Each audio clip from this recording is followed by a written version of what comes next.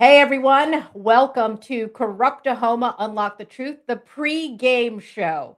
Of course, I'm lining up an entire series on Oklahoma corruption, but Oklahoma Governor Kevin Stitt gave me a very blessed opportunity to introduce you to everything that's going on in his state and going wrong in his state. As I tweeted earlier today, this man should be minding his own house and minding his own business instead of trotting over to liberal CNN and using a platform to pander to open borders donor class.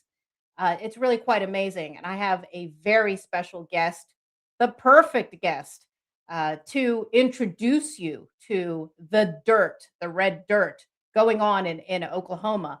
But before I do that, I want to go ahead and just play the video that so many of you have been steaming over rightly this weekend. Let me go ahead and share my screen here. And here he is, Governor Stitt.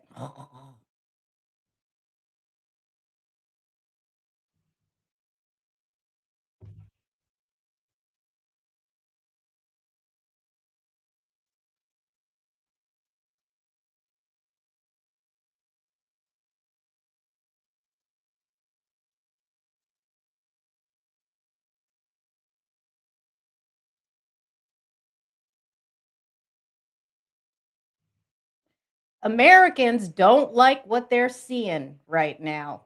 Time to bring in Representative JJ Humphrey, my very special guest. Howdy. Hey, what do you know? Oh boy, what do you know, my man? Well, I know Americans quite a bit. I know quite a bit. Yeah, I've got quite a bit to talk about for sure.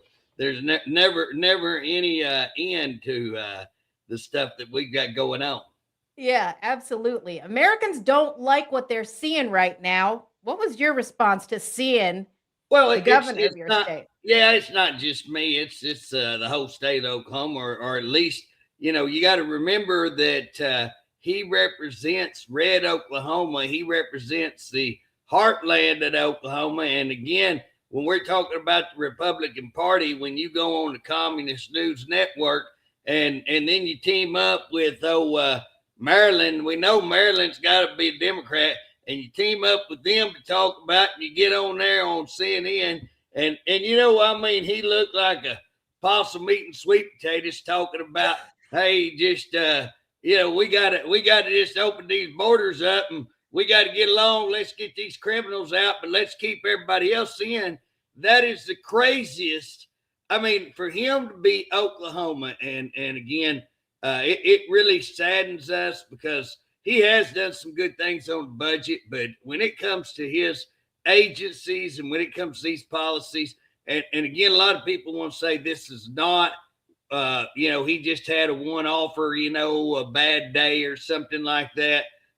Not true, because he came out right before President Trump won the election last year. He had come out with a big task force, all Democrat task force, to what he said is to give the illegals the American dream. I went after him like, boy, I put on the big spurs and went to raking him on that, because my kids can't say American dream. If you're a young person right now, my middle son is just recently bought a house, and is trying to start a family and stuff like that. And my gosh, man, you look at he got lucky and got some pretty good interest and had somebody carry the note, which just don't hardly happen.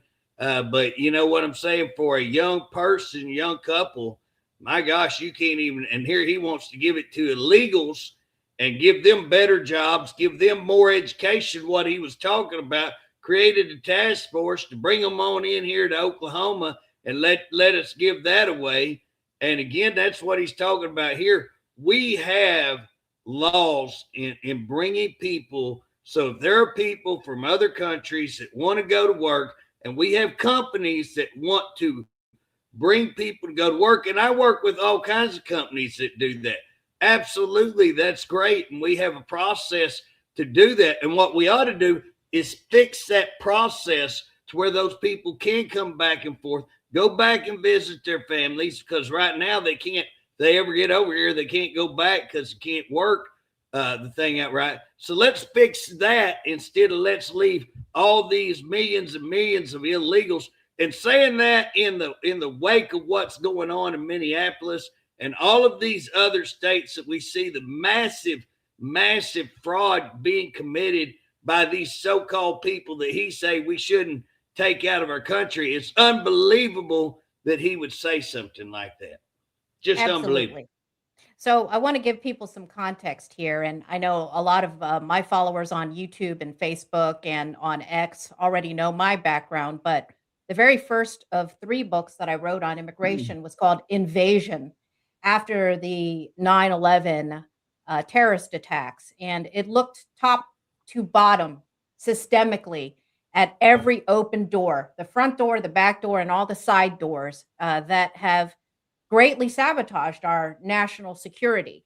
And that doesn't just include people who are coming across the border illegally. In many cases, of course, it's the lax oversight of people who are coming through the front door, as pretty much every one of the perpetrators of 9/11 did. In 2015, I wrote a second book called Sold Out that was about how both parties, the Democrats and the Republicans, who kowtow to globalist interests, have undermined the American dream of all of those young Americans that you're talking about, JJ, my kids, your kids, who are shoved to the back of the line so that cheap foreign labor can replace Native American born workers who have been sold a bill of goods and a lot of false promises that if they pursue higher education, for example, and go into STEM fields, that they will have a guarantee at the American dream, just like the generations before them did. All the boomers that are telling them to get a good trade or go to college who are being replaced. And it's these work permits, the kinds that Kevin Stitt wanted to quote unquote streamline and hand out like Pez candy, and deprioritize American workers that you helped fight against. So this is the true colors of somebody, like you said, who's the purported head of a red state and the purported voice of red voters, who has used his platform on CNN to turn tail. And I understand, by the way, JJ, and correct me if I'm wrong, that Kevin Stitt was actually out of the country recently, kowtowing with World Economic Forum and Davos types. Well, no, I hadn't heard that, but I can tell you on past history, when Biden was in there, if I remember correctly, he brought in about 3,000 Afghans, tried to bring them into our state, or did bring them into our state. So this is not anything new. This is not something, like I say, it's not a one-offer. This is a pattern. I would tell people this, we've got Republicans, Democrat, everybody's always Republican, Democrat. Hey, I don't care what you say. I don't care who you are. It's about what you do. That's what people need to quit listening to what the smack that they're talking and start watching their actions, because the actions will tell you exactly who they are. Don't fall for their BS, their bullshit. Hey, pay attention to what they're doing. Quit listening to all the crap and watch what they're doing. And again, what I'm saying, 3,000 Afghans come out with the task force, want to give away the American dream, inviting illegals into Oklahoma. Again, look at what's going on with our ag departments and what we're doing with the cattle industry here in Oklahoma. You know what I'm saying? They don't want our government is paying other foreign governments, foreign countries are bringing in and paying for. And if you want to look at, go to a motel and see if you can find an American owned and ran motel hotel. Go to a convenience store and see if you can find an American owned convenience store, ran family owned convenience store. Go to the trucking industry and look at what's happening with all of these trucking industries, with these companies being bought out by illegal. Go to your farming, go to your chicken plants, and all of the things that we're talking about. And they're getting American tax dollar money to open companies and put us out of business. That's what's going on. We're inviting the USDA. Oh, we got to have the USDA. USDA, we ought to kick them out of Oklahoma and run our own business. But guess what? Kevin Stitt don't want to hear any of that. Kevin Stitt wants to talk about bringing illegals in. And again, I oppose that 1,000. I will guarantee you publicly, easily oppose that. There's no problem. Don't listen to what I'm saying. Watch what I've been doing. Go pull me up. You won't have to wonder about it. Absolutely. Now, I want to have you give the viewers here a thumbnail about who you are and what motivates you. You represent the 19th district. You live in Lane in the southeast part of Oklahoma, and you're just a dynamo. You have really come to be one of my favorite all-time people in public service, hands down. And you are fighting so much corruption in Corruptahoma. I just thought it was so appropriate to have you on and on what I'm calling my pre-game show before the official launch of the series that I'm doing. We have so many common interests. Before you talk about anything, I want you to talk about where you grew up first, number one, and then number two, your law enforcement background, which I think is extremely important in context here. You bet. Hey, I grew up in rural, very, very rural Oklahoma, and grew up pretty ornery young man. We were doing stuff all the time. Just if we weren't shooting somebody with the BB gun or dragging somebody, around on tractors and trucks and going to the fishing hole and going to the swimming hole. And we were just rowdy kids. And of course, as a young teenager, I got in a lot of trouble. And, started drinking at a pretty early age, started drinking about a fifth a day.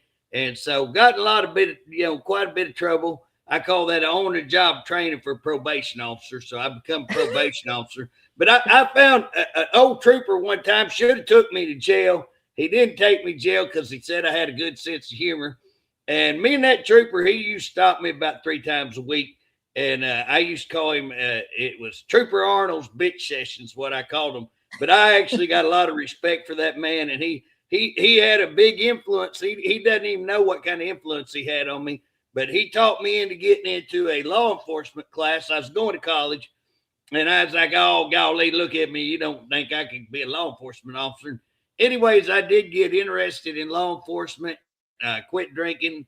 And so that's been many, many years ago, probably 35 years ago, quit drinking, got in law enforcement, got a degree, went to work as a probation, actually started as correctional officer, promoted pretty quickly to probation officer, did that 20 years, opened my own business doing drug courts, private probation, drug testing, GPS tracking, lots of investigation stuff. So I've got a pretty good background in law enforcement, about 35 years, very passionate, got mad at the DAs, not very smart, closed to good business just because I was wanting to run for political because I was mad at the DAs because they're corrupt here in Oklahoma. And so I wanted to call them out, stop some corruption. So I ran for office 10 years ago, won that here in District 19, which covers Atoka and Pushmataha County, Choctaw, and a big part of Bryan.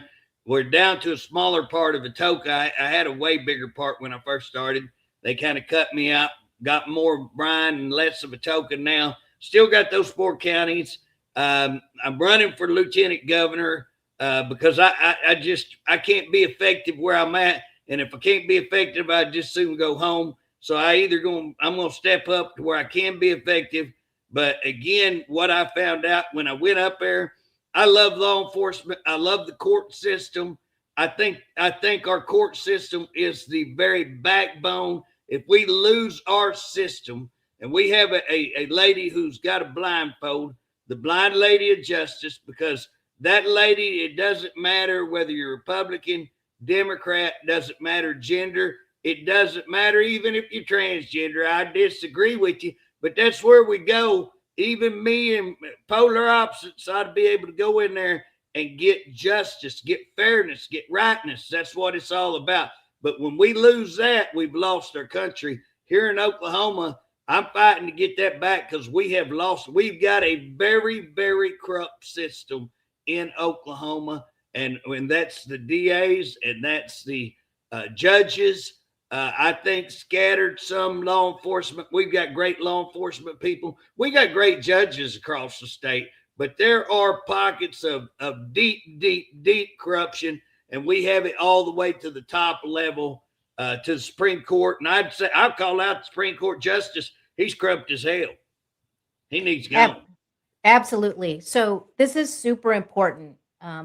I've called this next stage of my career Act Two, and Act One encompassed, in large part, setting my goals to expose the liberal media, expose the ideological radical left, left-wing open borders, left-wing social wokeness, and of course, there were hugely pitched battles that I helped lead, or certainly helped support against corruptocrats in the Republican Party. The big amnesty pushes during the Bush years, for example, and so many of these Republican governors who were advocating for soft open borders policies to appease their open borders donors.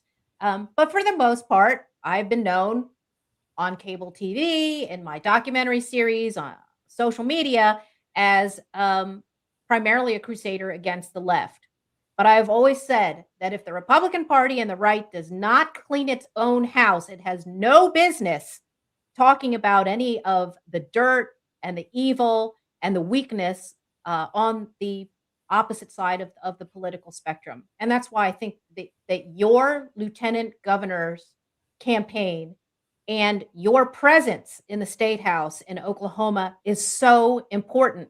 When I announced that I was doing this podcast series on Corruptahoma, JJ, there was a commenter on my Facebook, and somebody who'd followed me for years and was a fan, who said she was bothered by the phrase that I used, red state, red flags, as if we shouldn't use our influence and whatever means that we have to expose the truth, to expose lying liars within the Republican Party or within red states. What's the point? This country, in large part, which had gone down the toilet all the way through the Biden years, didn't just do it because the left dominated. It was because so much of the so-called right capitulated or sold out to that other side. So I want you to give a little primer on what you see as the top 5 Corruptahoma scandals in the Sooner State that Kevin Stitt ought to be focusing on a lot more than the agenda that he brought to Davos, Switzerland, and the hoity-toity wealthy that he was flitting around with there, or on liberal networks like CNN. Yeah, he needs to concentrate on home. There's an old saying that if you hold yourself accountable, nobody else has to, And so, again, he's not holding our party. We need to hold our party, and we need to hold the government accountable. And I can promise you, under him, that's where he gets big fat F. He's done some things financially okay. My top one, my very, very top one, is going to be the corruption of the court. And again, what we've been doing is I've been trying to get grand juries. I would encourage people to go look at that. And so one of the things that we did, we were trying to get out. We had kids that were reported being waterboarded at a mental health institution. So mental health kids being waterboarded at that mental health institution. And we had pictures. We had went into the juvenile detention and told them, hey, you got your employees molesting kids, and they said they didn't want anybody in their facilities, didn't want police in there, and so they ignored that and continued to let it happen. Homeland Security came in and raided that facility, verified what we were saying, and again, I don't know about everybody else, but I think those people ought to leave.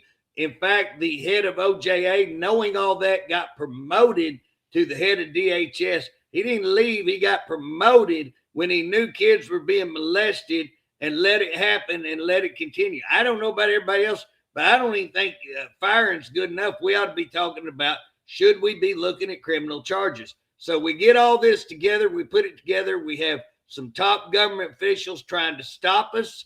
The Speaker of the House had tried to stop us. That's Charles McCall running for governor. He tried to stop the hearing that I put on. After I did this hearing, they kicked me out of being chairman. Also, we ordered, the committee and the chairman, with more legislators, ordered an OSBI investigation. The OSBI refused, even though they were given legal orders. Our House stepped in and said, we don't think you got the authority. So we had a grand jury on all of this, pulled it all together.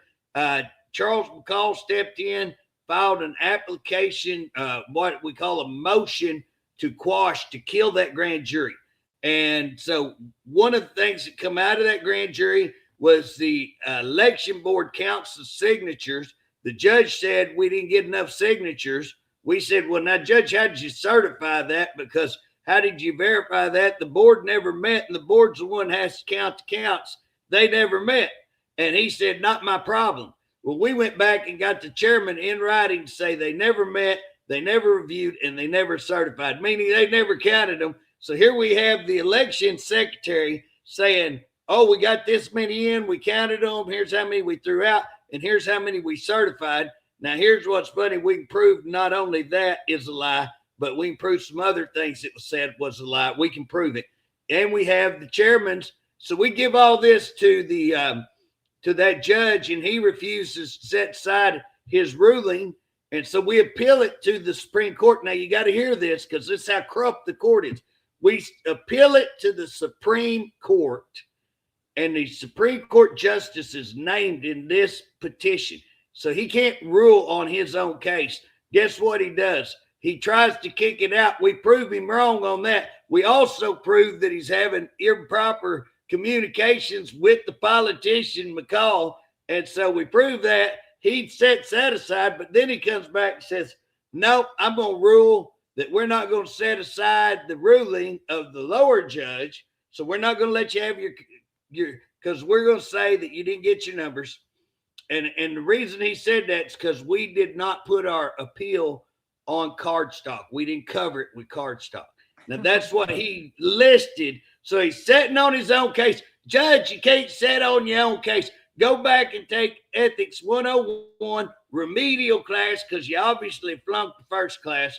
And then guess what? You can't rule on your own case. And he continues to do that. Now McCall has filed a sanction on me for $50,000. And again, we got multiple people filed this grand jury. How they picked me on that one thing. So there's number one thing that I'm working on. We have corruption. We got rape cases that are but we got a guy who raped 2 women and got 150 hours community service. We got a teacher that rapes 2 different girls, underage girls. Guess what? Gets 11 protective orders against the victim. How can you stay out 11 times when you're on probation for having sex with the underage girl, get out, have another sex with the underage girl, and then get 11 protective orders? This is the kind of stuff that's going on. We're calling it out, and we can't even get a grand jury because they're illegal and corrupt. So we're calling that out. Second biggest thing.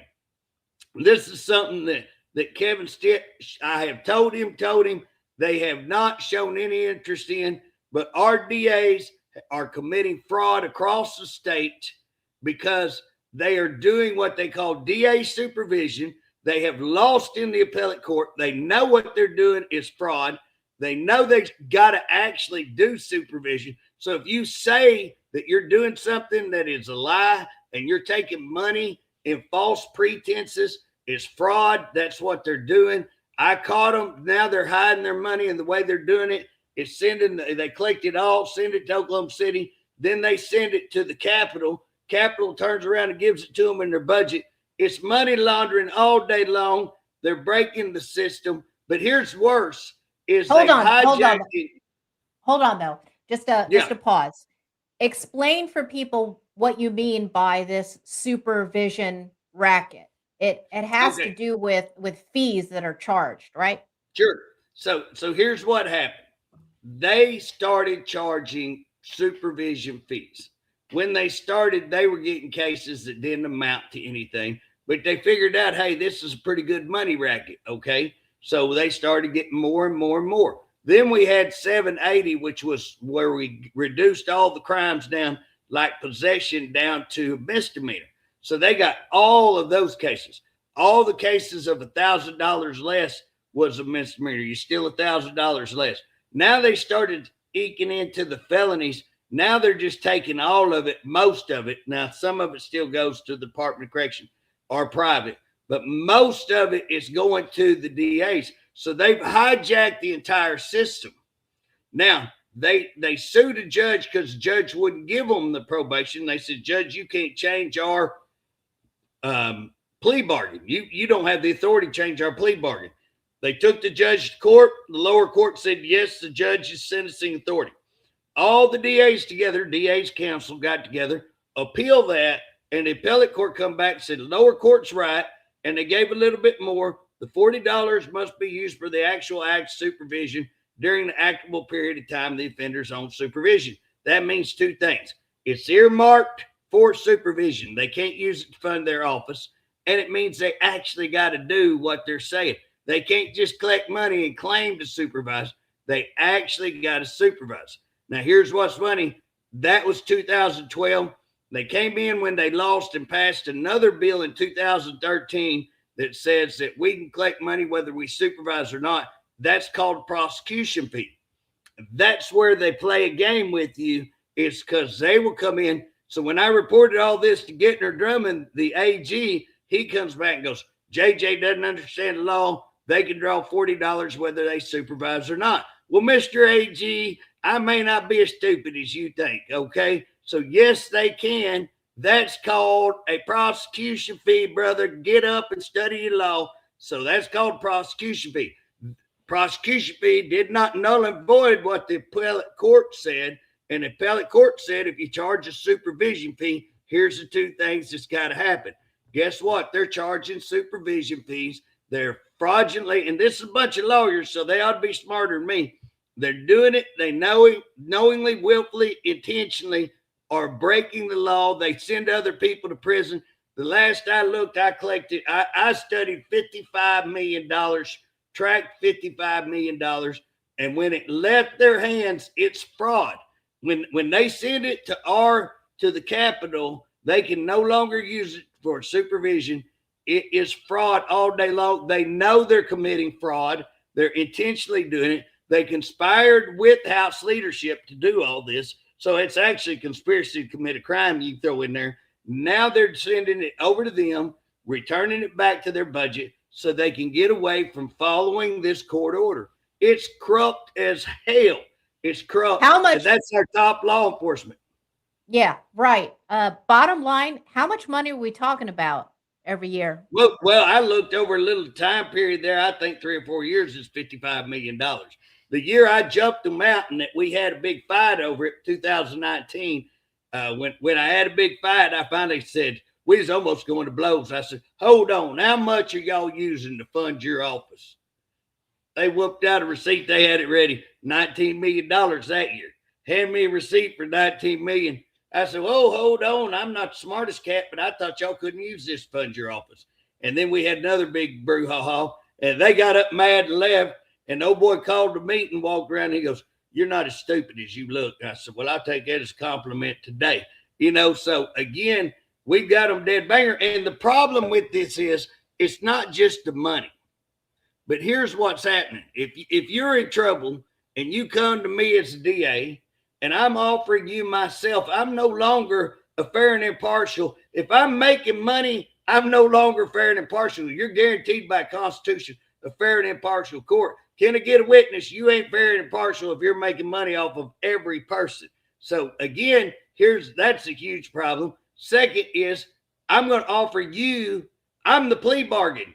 If you want to stay out of jail, you get JJ Humphrey, okay? Now, I'm going to supervise you and decide whether you have violated your probation. Now you go out and violate it, and guess what I say? I ain't going to revoke you. I'll give you another case, but you're going to have to pay double. Pay another. I ain't going to revoke you. I'm going to give you another case. You're going to pay triple. You got people with 5 cases that are paying quadruples and all that. Now, here's what's funny. You come in, let's say you're either selling dope, you're stealing, or prostituting, okay? Now, I'm going to charge you $1,000 court costs. I'm going to charge you $1,000 fine, probably a little bit more than that. And then I'm going to charge you $980, $1,000 probation fee. That's $3,000. I've done zero to supervise you. I've done zero to change your behavior. And I'm sending you right back out. What are you going to do to make money? What were you doing when you come in? You're either selling dope, you're slinging dope, stealing, or prostituting. Well, guess what? You're going to have to up your game. And if I get you for a third time, you're going to really have to up your game. So, again, we're sending people out to commit. They're worse than the cartel. They're sending people out to commit crime so they can make money. That's what they're doing. You can't explain it any other way. It is the sorriest. And, again, our whole system has been hijacked. So it's bad for the community. It's bad for the people committing crime. The only one it's good for is the corrupt DAs who are making money to fund their office, and it's on corruption.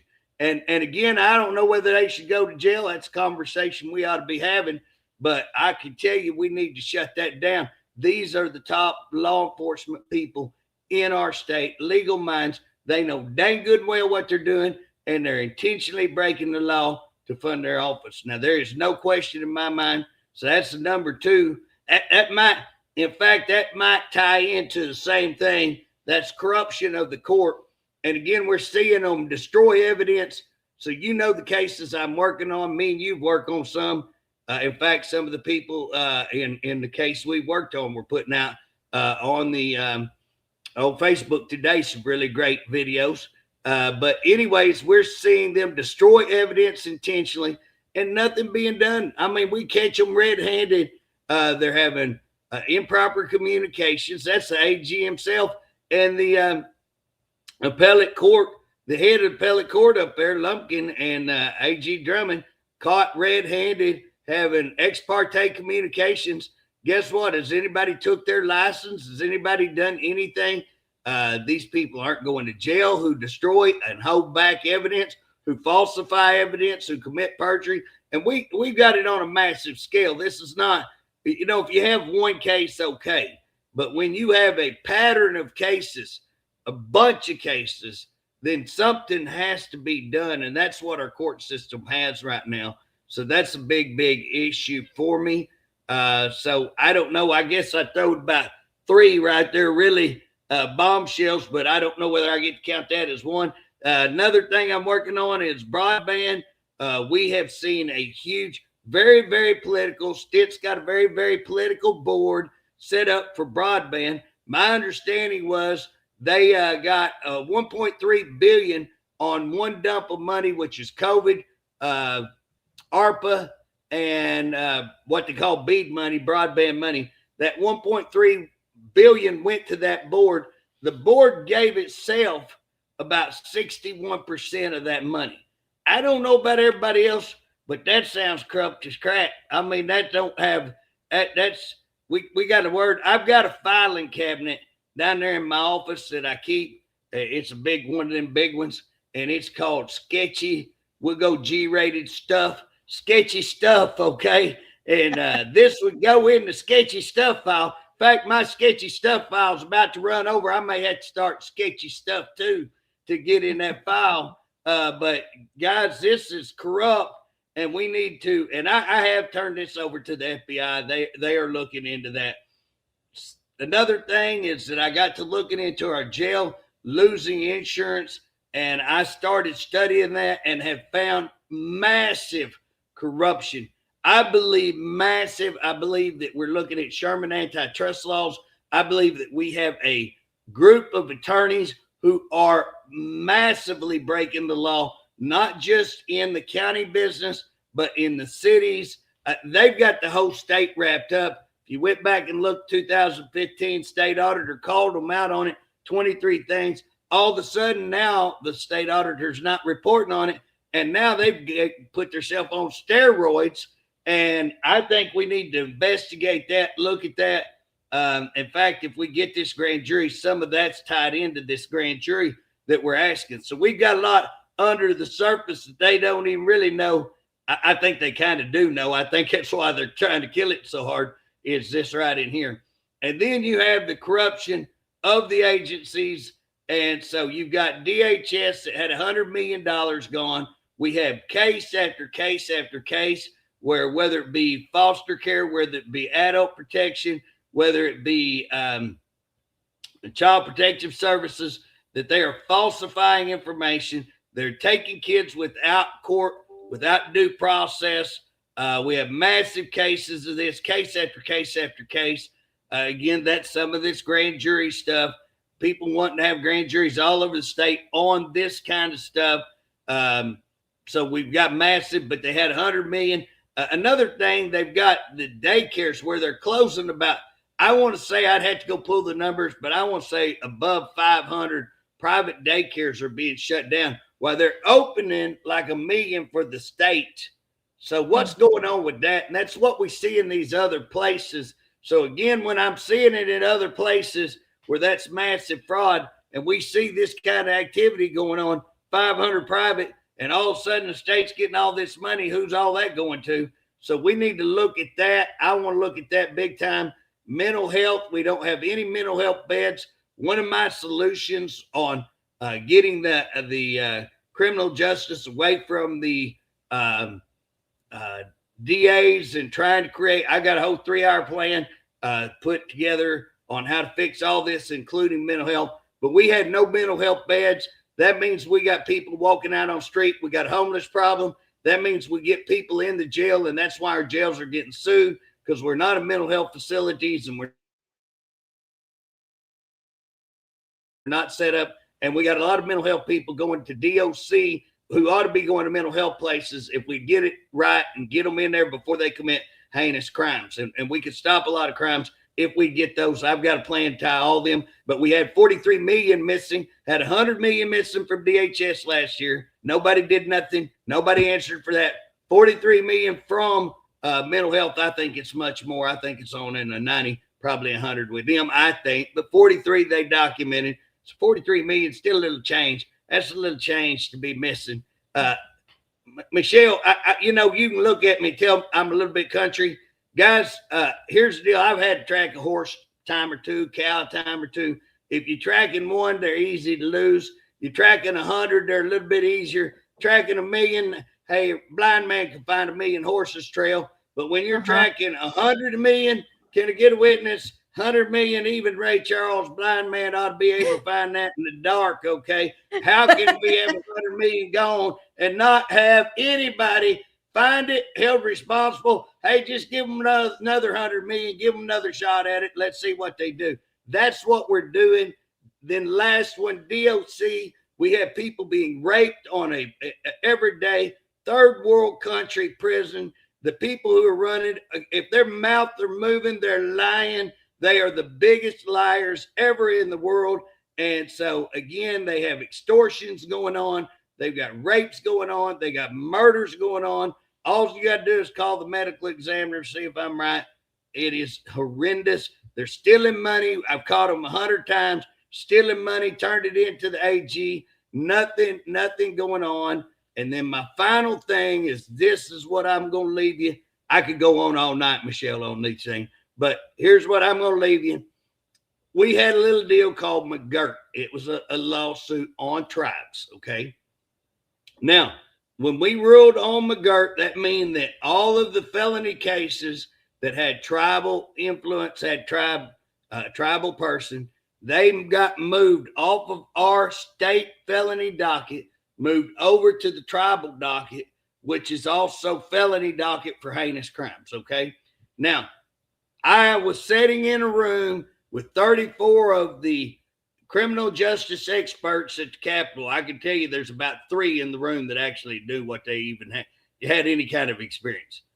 And I sat there and listened to them, and finally right at the end, I said, "Hey, Governor, I ain't said a word." And he said, "JJ, we thought you sick." I said, "Governor, I'm going to ask y'all a question. How many felony cases got pulled off of our state docket due to McGirt? You know what they did? You ever seen a calf in a gate? They look like a calf in a gate. They didn't know which direction to go on that day. Mm-hmm. So I said, the problem is here we are sitting in state and we can't answer a basic. We should know that. That's huge. And he said, well, Humphrey, you probably got an answer. I said, I do have an answer. Don't know if I'm correct, but I got a way of telling you how I come up with this answer. And so I come up with about 30%. Then we talked about 780 a while ago, which dropped all your misdemeanors, your felonies down. Let's say that was 10%. It'll be over 10%, but let's say it's 10%. What about marijuana, the medical marijuana? How many did that drop? Let's say 10%. If I'm right, and I'm pretty, I'll be, in fact, I'd say I'm low. But if I'm right, that's 50% last time. If I get my sharp pencil out and 30 and 10 and 10, well, that's 20 and 30, 50%. Okay. Now, if we pull 50% off of all these counties, so that's not all of Oklahoma, but that's a pretty large portion in the most populated areas. Okay. If we pull 50% off of that number, then what happened to our prison population? It increased like 3,000 over that time period. How do you pull 50% off and you go up 3,000 people in incarceration? That's a real mind boggler. And they can't tell you one thing. They ain't got a clue how it happens. And they don't want to know because they're making money. All of this is about money. All of these diversionary programs, all of these tracking programs, all of DOC's BS, all of DHS's BS, who was in charge and who left and went and got a contract and now is getting data information. All of this is about money.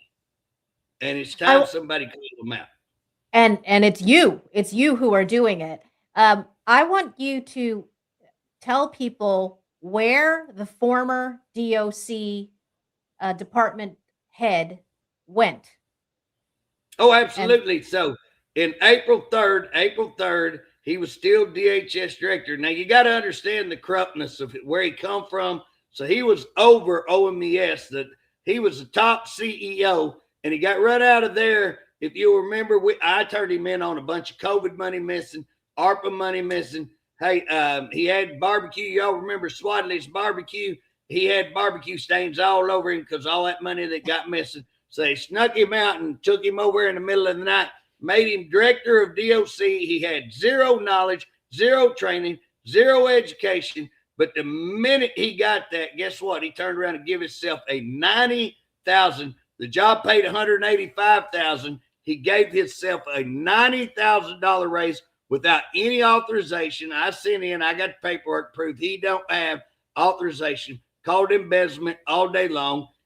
AG wouldn't file on him, a whole bunch of other things. But then he comes up to the end of his DOC stay there as director.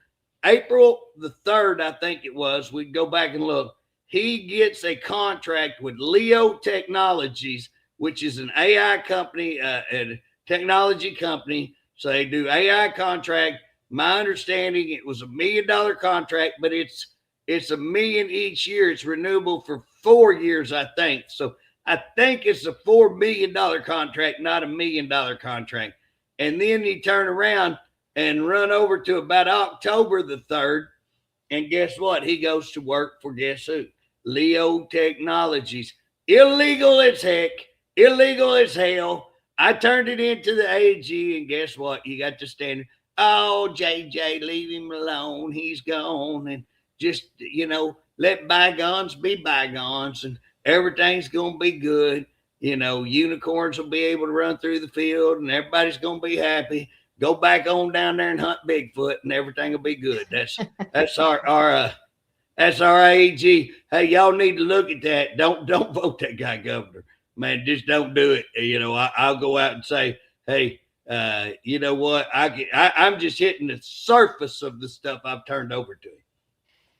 So previously, just so you know, the he that we're talking about is Stephen Harp, a crony of Kevin Stitt's, who had how much law enforcement background before he was named To my DOC? knowledge, Department of he's Ed? got none. But now he did work for Kevin Stitt, so he was run. If I'm not mistaken, he ran Gateway Mortgages. He worked for him somewhere in Gateway Mortgage, I think, and then Kevin brought him over to be the CEO of the state, and he got a little embarrassed and got a little, you know what I'm saying? He had that barbecue all over him, so they snuck him out the back door, took him over to the Department of Corrections.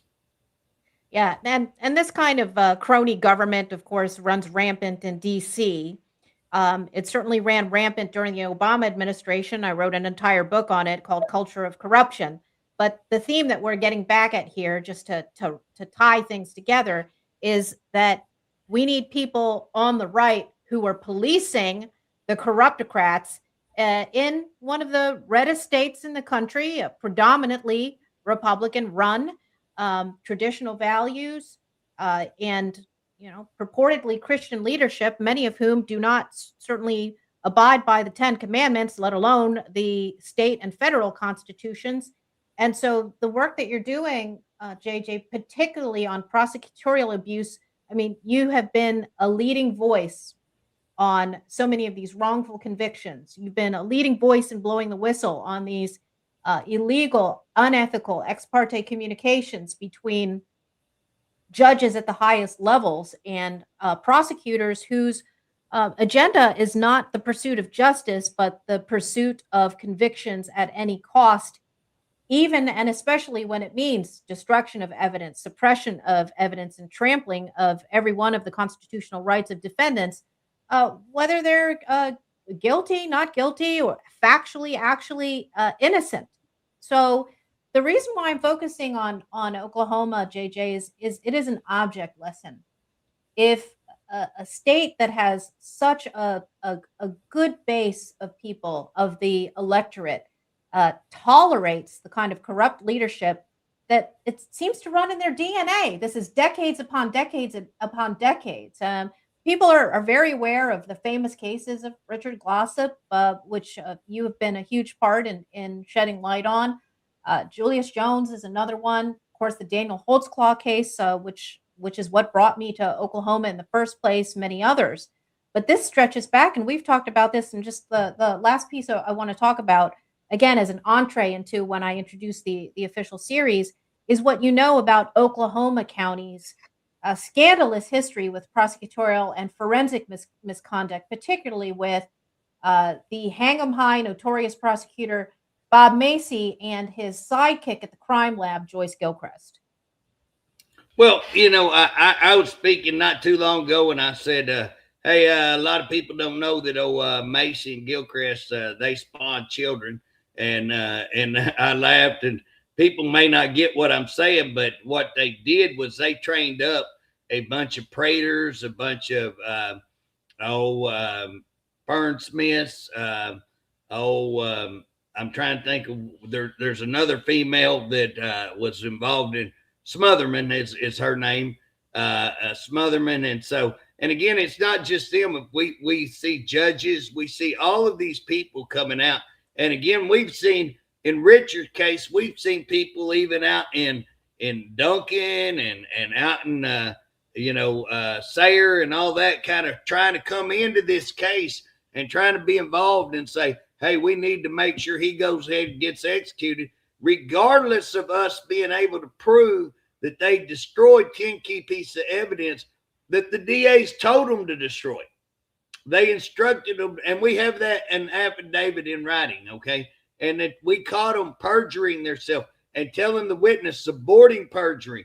And again, witness intimidation, witness tampering. We got all that. And Gedner Drummond comes back and says, well, we don't want to file that because that's too old.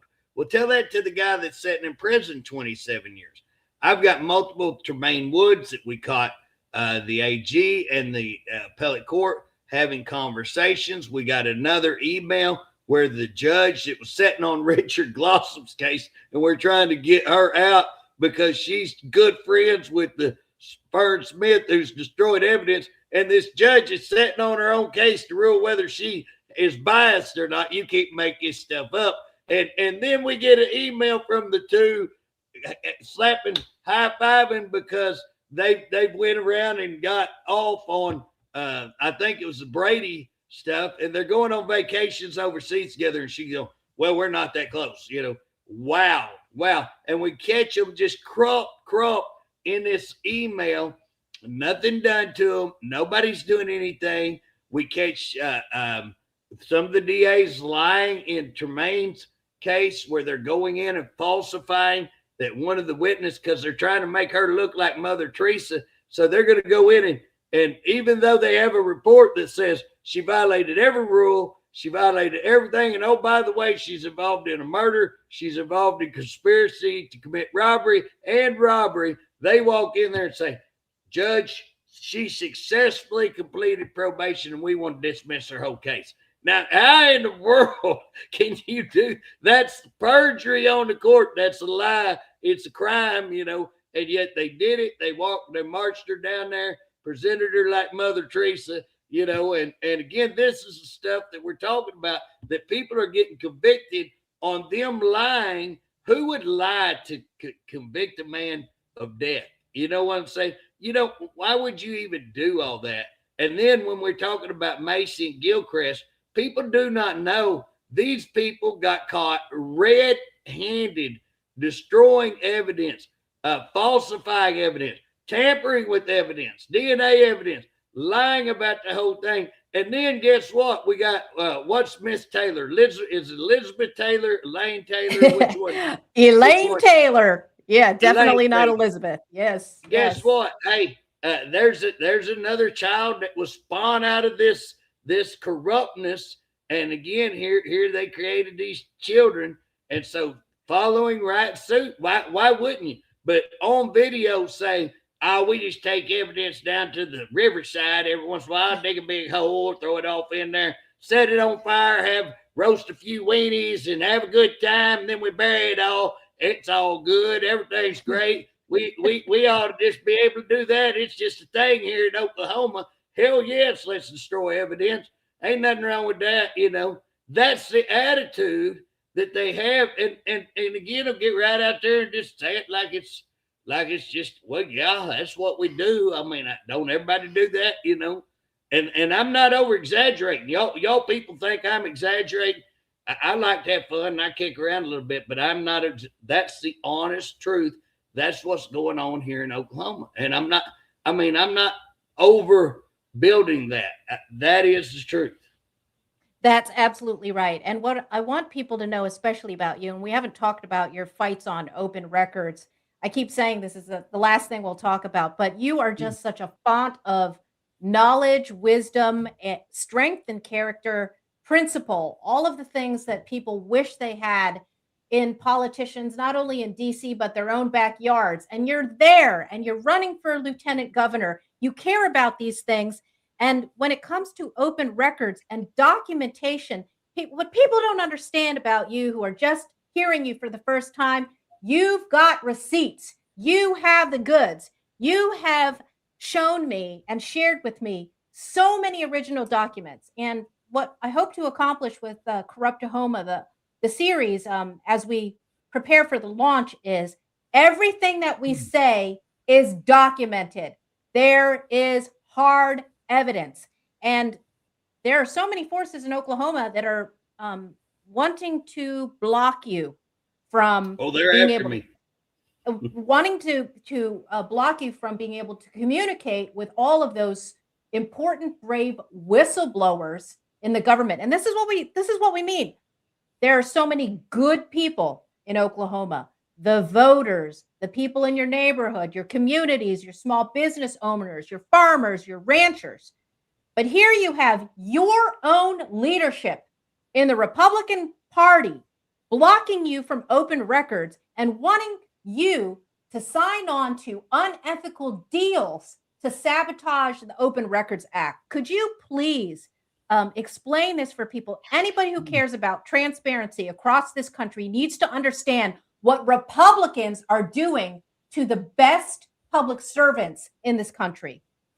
Yeah, I caught DOC locking people in a 2x2 cell, withholding food, water, and basically the longest one in there 9 days, and no bathrooms, no bathroom breaks. So just go draw you a 2x2 square, stand in that, think about 9 days, no bathroom, limited food and water.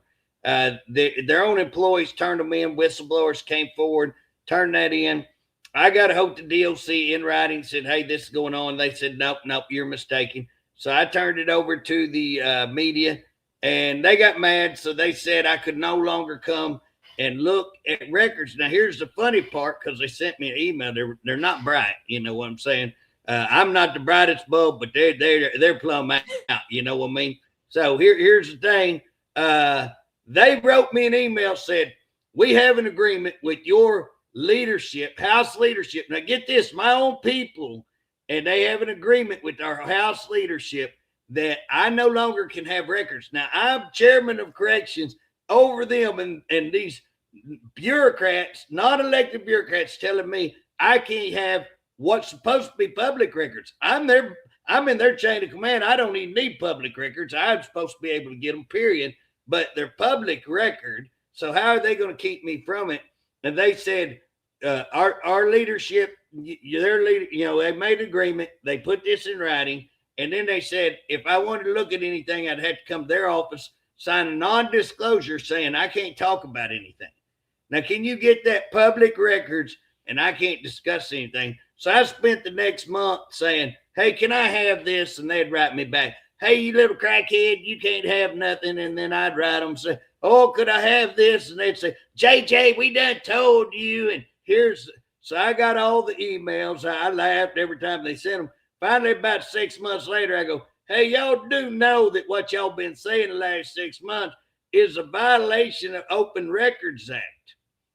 And I said, I believe the fact that y'all conspired with my House leadership is a crime called conspiracy to commit a crime, which is violating Open Records Act, which actually I think carries more time than that. So anyways, I wrote our leader right at the time, old Charles, and I said, hey, I know you wouldn't do anything like this. Surely you wouldn't do nothing like this. I know they're liars, but I know you wouldn't.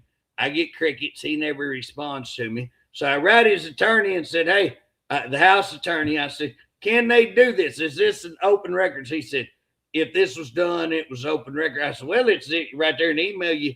If they did what you're saying, it is open records, and yes, it would be a crime. Their own lawyer said that it's a problem. So I filed, and I did file an open records on them, and I kind of tailgated DHS because they're doing the same thing. So I tailgated DHS in there. And again, they come at me. I lost my chairmanship. I cannot get a bill passed. They ain't even going to let me. They say, well, JJ can't get along with no. I said, well, I can't get along with y'all, the top people, because y'all's a bunch of corrupt individuals.